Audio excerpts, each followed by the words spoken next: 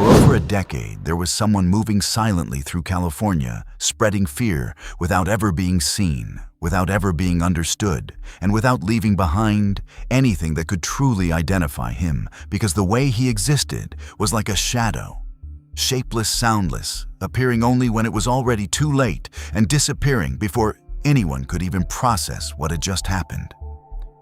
He didn't behave like a typical criminal. He didn't break in loudly, didn't create chaos. He was patient. He watched. He waited. And what made it more disturbing than anything else was that he knew his victims long before they ever knew he existed. He knew who lived alone, who didn't. He knew when they went to sleep. He knew their routines, even their most vulnerable moments when they felt completely safe. And then, on an ordinary night, when the neighborhood was quiet, when the lights were off, and everyone believed they were protected inside their own homes, he would step inside without a sound, without a trace, as if he had always been there. They just hadn't realized it yet. And the most terrifying part wasn't just what he did.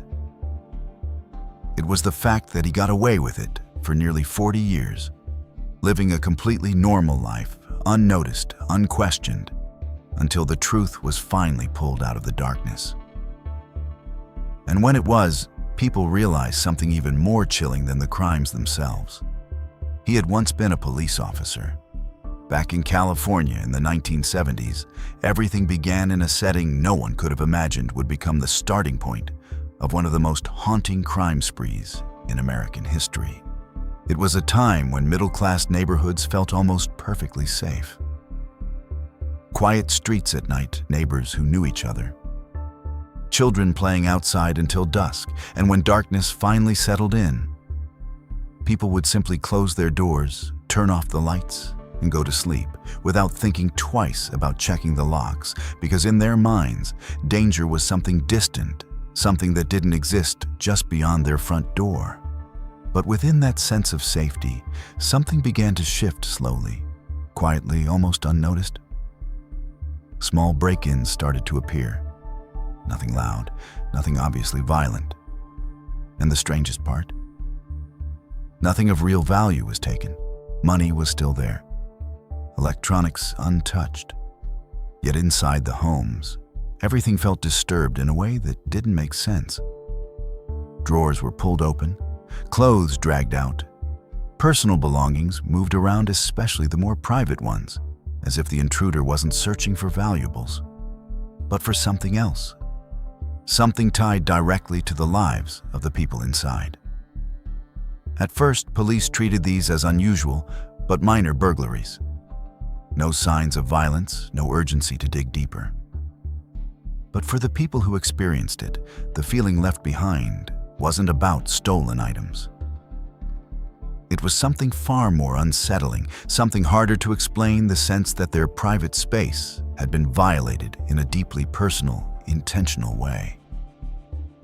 And the more they thought about it, the more disturbing it became, because some began to realize this might not have been the first time. He may have been inside before, standing in their rooms when they weren't home, or even while they were asleep, completely unaware. And once that thought took hold, the idea that someone had been inside your home watching you without ever being seen was something you could never shake. As more incidents occurred, the sense of unease spread deeper through the community. But what truly terrified people wasn't just the fact that someone was breaking into homes. It was that no one could understand what he wanted, because nothing about his behavior matched any known pattern. He wasn't doing it for money, he wasn't acting on impulse, and he wasn't leaving behind any clear indication of his purpose. All he left were ransacked rooms, subtle traces, and a lingering feeling that someone had been there longer than necessary. Long enough to learn the victim's life. In Visalia, the name people began to use for him. The Visalia ransacker slowly became familiar. But it offered no clarity at all, because no one knew who he was, no one knew what he looked like. And every time he appeared and vanished again, he left behind more questions than answers. There were cases where victims realized food had been eaten from their kitchens, objects moved in strange, deliberate ways, and sometimes even small details like the position of a chair or door left slightly open made it feel as though someone had been inside for a long time, not just minutes, but possibly hours. And that thought, combined with the fact that no one ever saw him, created a different kind of fear. Not the fear of being attacked directly, but the fear of being watched, observed, of having your most private space entered without ever knowing. It began to change the way people lived. They locked their doors more carefully, checked their windows again and again before going to sleep. But even after doing all of that, the sense of safety never really returned, because if someone could enter your home without leaving a trace, then what did locking your door even mean anymore? And while that fear continued to grow, while people were still trying to make sense of what was happening, there was something no one realized. Everything they were witnessing was only preparation. Because he wasn't stopping. He wasn't satisfied with simply entering and observing. He was learning, adapting, moving closer to something far more dangerous. Something that, once it began, would make everything that came before feel like nothing more than the beginning. Then one night, everything changed. Not in a loud or chaotic way, but in a cold, undeniable way that could no longer be ignored, because this time, it wasn't just another break-in. It wasn't just the unsettling feeling of having your private space violated. It was real violence. A man was shot after confronting the intruder, and in that moment, any illusion that this was a series of strange but harmless incidents was completely shattered. People began to understand that this wasn't just someone dangerous. This was someone willing to hurt anyone who stood in his way. And that realization made everything far more serious. But what made it even more terrifying wasn't just the violence itself, it was the fact that it didn't change the way he operated.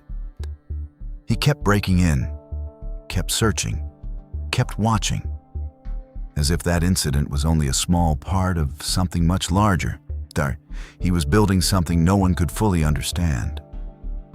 And it was that calmness, that consistency that made him more frightening than any impulsive attacker.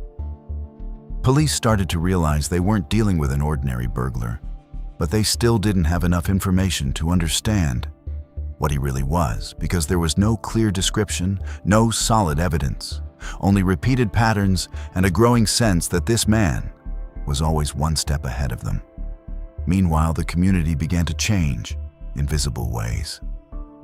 People locked their doors more carefully installed, more lights, became hyper-aware of even the smallest sounds at night. But even with all of that, the fear didn't go away. Because if someone could enter your home without leaving a trace, if he could stand inside your room without you ever knowing, then no measure truly made you safe. And that feeling, the idea that you could be watched at any moment, became more haunting than the crimes themselves. And while people were still trying to adapt to this new reality, still hoping it would somehow stop there, the truth was, he wasn't stopping. He was changing, evolving. And what he would do next wouldn't just make people afraid, it would make them realize they had underestimated him from the very beginning. And then, what people had feared finally happened, not in a loud or chaotic way, but in a cold, controlled, and far more terrifying manner. Because this time, he wasn't just entering homes to observe or search. He was entering to control the people inside them. And from that moment on, everything shifted into an entirely different phase one, where fear was no longer vague, but direct, personal, and undeniable. The attacks began at night, at the exact moments when victims were in their deepest sleep, when they were completely defenseless, and when they woke up, the first thing they experienced wasn't a face, but the blinding beam of a flashlight pointed straight into their eyes, disorienting them. leaving them unable to see clearly, and before they could even understand what was happening, a voice would cut through the darkness, low, calm, controlled, giving instructions, telling them to stay quiet, to follow every command, because any mistake would mean death. He didn't shout. He didn't panic. He controlled everything, step by step, movement by movement, and it was that calm precision that made victims realize this wasn't someone acting on impulse. This was someone who had prepared for all of this long in advance. He restrained them, often using items already inside the house, like shoelaces, as if he didn't need to bring anything with him, because he already knew what he would find there, and in many cases, he forced the victims to participate in their own restraint, turning them into part of the control he was establishing. He didn't rush. He stayed. He moved through the house, opened drawers, ate their food, behaved as if he had complete ownership of the space. And in those moments, time stopped feeling normal. It stretched heavy, suffocating, filled with dread. What made it even more disturbing was that this pattern began to repeat, not once, not twice, but over and over again across different areas. And with each incident, he became more refined, more precise, choosing targets, more carefully, approaching more efficiently, leaving even cleaner than before. And slowly, something became undeniable. This was no longer a series of random events. This was a calculated predator, systematic, deliberate, and becoming more dangerous with every step. Meanwhile, the community slipped into real panic because no one felt safe in their own home anymore. A place that once represented protection had now become the place where they were most vulnerable. People changed their habits, added layers of locks, installed security systems, slept in a constant state of alert. But even then, the fear never faded, because this man seemed to know how to bypass every barrier. And that led to a question that began to echo in everyone's mind. If he could do all of this without ever being caught, then who was he? And how was he always one step ahead of the police? And then, just as people were still trying to understand how he operated, he changed again. But this time, it wasn't just a shift in method, it was a shift in nature. Because he was no longer just controlling, no longer just invading and manipulating. He was crossing a line that once crossed, there was no coming back from. And what followed didn't just make the community afraid. It pushed them into real panic. Murders began to appear, not all at once, not in a constant stream, but enough to send shockwaves through everyone, because this was no longer about a burglar or an attacker. This was someone willing to take lives, and what made it even more disturbing was that he carried out these acts with the same cold control as before. No signs of losing control, no signs of panic. Everything still followed a familiar sequence, as if he was simply expanding what he had already been doing.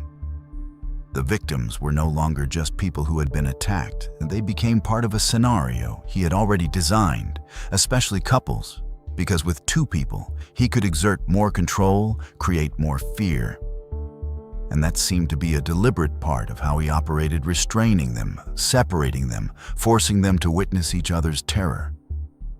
And it was that psychological control that made these crimes so deeply haunting. No one knew where he would appear next. No one knew when it would stop. And each new case wasn't just another incident. It was a reminder that he was still out there, still watching, still waiting, and that anyone could be next. The fear was no longer confined to a single area. It spread across cities, across communities, and slowly, something became undeniable. This wasn't a series of disconnected crimes. This was one person, a single individual capable of moving, adapting, evolving. And that made him nearly impossible to catch, because every time law enforcement started to understand part of his pattern, he would shift again, staying one step ahead, as if he always knew what they were doing. And while fear reached its peak, while people began to lose faith in the system meant to protect them on the other side, the investigation was still ongoing. But not in the way anyone expected, because what the police were facing was not an ordinary criminal, but an opponent who seemed to understand how they thought, how they worked, and that made every step they took slower, harder, and sometimes wrong. As fear continued to spread, and each new case pushed the community deeper into unease, the investigation on the other side was slowly turning into a long, drawn-out battle, but not a clear one with a defined target. Rather a series of fragmented, scattered efforts because the crimes were happening across different jurisdictions, handled by different departments, and at that time, there was no system capable of connecting everything into a complete picture. Each police department saw only a piece of the story, but no one saw the whole of it.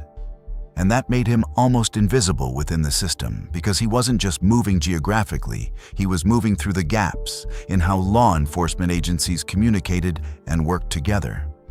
There were suspects, identified people placed under surveillance, even questioned. But one by one they were cleared, not because they were definitively innocent, but because there simply wasn't enough evidence to hold them. And with each dead end, the investigation reset itself, leaving behind more questions and fewer answers. The technology at the time wasn't enough to help. There was no DNA to compare, no large databases to analyze. Everything depended on witness statements, physical traces, and the instincts of investigators. And when faced with someone who was careful, controlled, and always one step ahead, those methods were no longer enough. What made it even more difficult was the growing sense that the killer understood how the police worked. He knew how to avoid leaving evidence, how to manipulate crime scenes, how to create details that would send investigators in the wrong direction. And that led to a realization within law enforcement that they weren't just hunting a criminal, they were facing someone who seemed to understand them from the inside. Meanwhile, for the public, every day without answers, every new case without a resolution slowly eroded their trust in the system meant to protect them, because if someone could operate like this for years without being caught, the question was no longer, when will he be caught? But will he ever be caught at all? And during that period when everything seemed to be at a standstill, when society had almost begun to accept fear as part of everyday life, somewhere beneath the surface, pieces were beginning to come together without anyone realizing it, waiting for something, a breakthrough, a new technology, a small detail that could change everything. Because no matter how careful he was, no matter how many steps ahead he stayed, there was still one thing he couldn't control. And years later, that would become the key to pulling him out of the darkness. Then years passed, and the cases slowly faded into the past, not because they had been solved, but because there were no leads left to follow. Files were shelved, names were forgotten, and the person behind it all seemed to disappear completely, as if he had never existed. And that was what made this story even more disturbing in a different way. Because it wasn't that he had been caught, it was that he had escaped, that he had moved on with his life, while everything he left behind remained unresolved.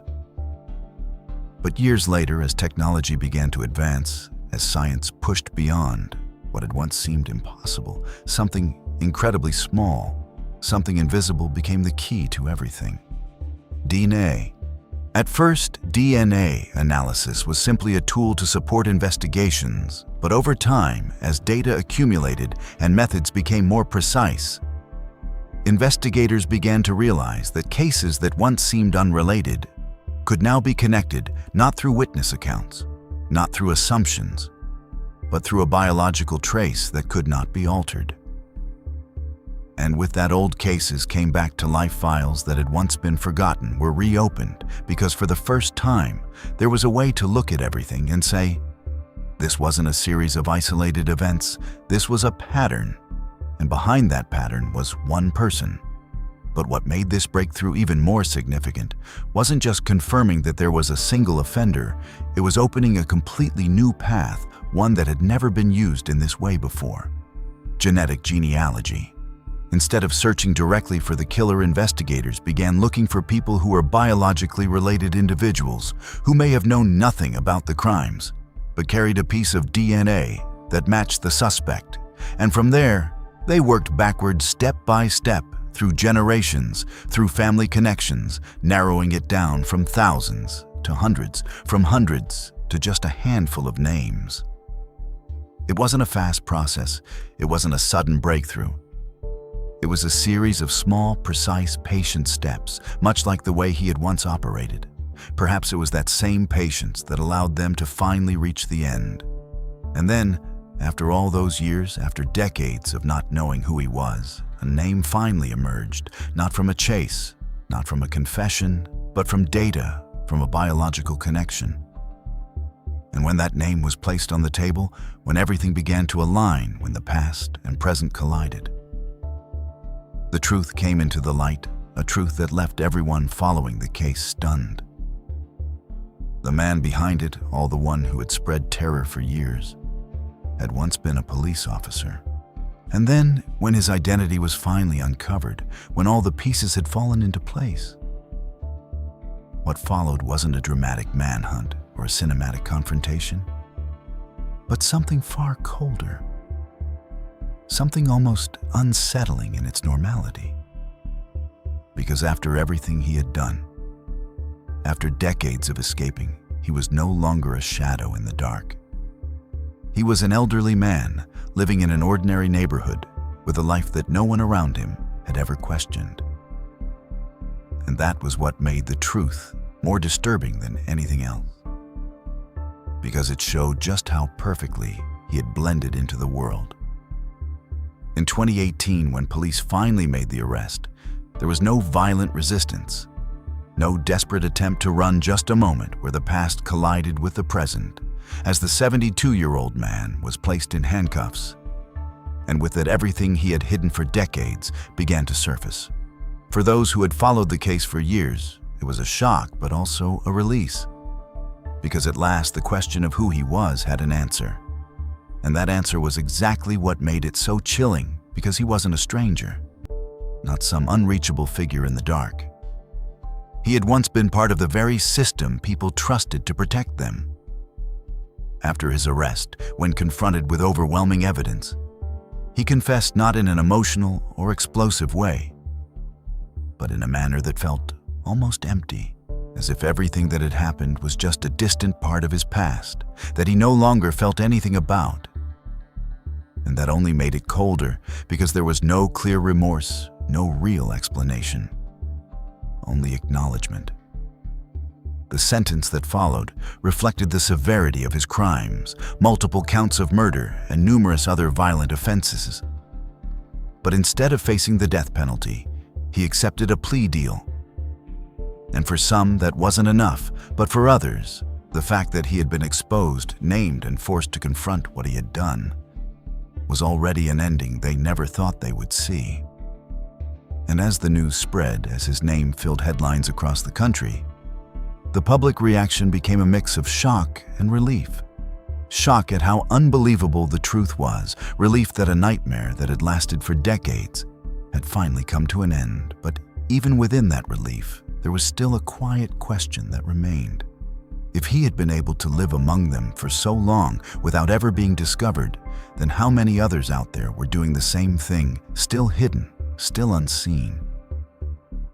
And in the end, when everything seemed to be over, when the killer had been caught named, no longer a shadow in the night, the story didn't leave behind pure relief. It left something heavier, something that lingered, because what makes this case so unsettling isn't just what happened, but how it was able to exist for decades without being discovered.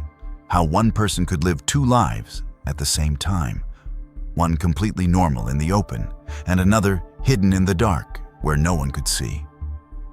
He walked the same streets as everyone else. He may have spoken to neighbors, smiled in passing, lived like someone no one would ever suspect. And that's what makes the line between an ordinary person and someone capable of unimaginable horror feel more blurred than ever. For 40 years, he believed he had gotten away with it, that everything he had done would remain buried in the past, that no one would ever be able to connect it all together.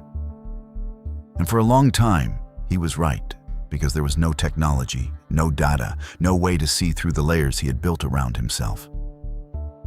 But then science changed everything, not quickly, not dramatically, but slowly, precisely, and inevitably, piece by piece falling into place. Details that once seemed insignificant, becoming the key until eventually everything led to a conclusion he could no longer escape. This story isn't just about a man who was finally caught, it's about time, about how the truth can stay buried for years, but never truly disappears. About how no matter how careful someone is, how controlled they seem, there are always things beyond their reach. And those are the things that will eventually bring them out of the darkness.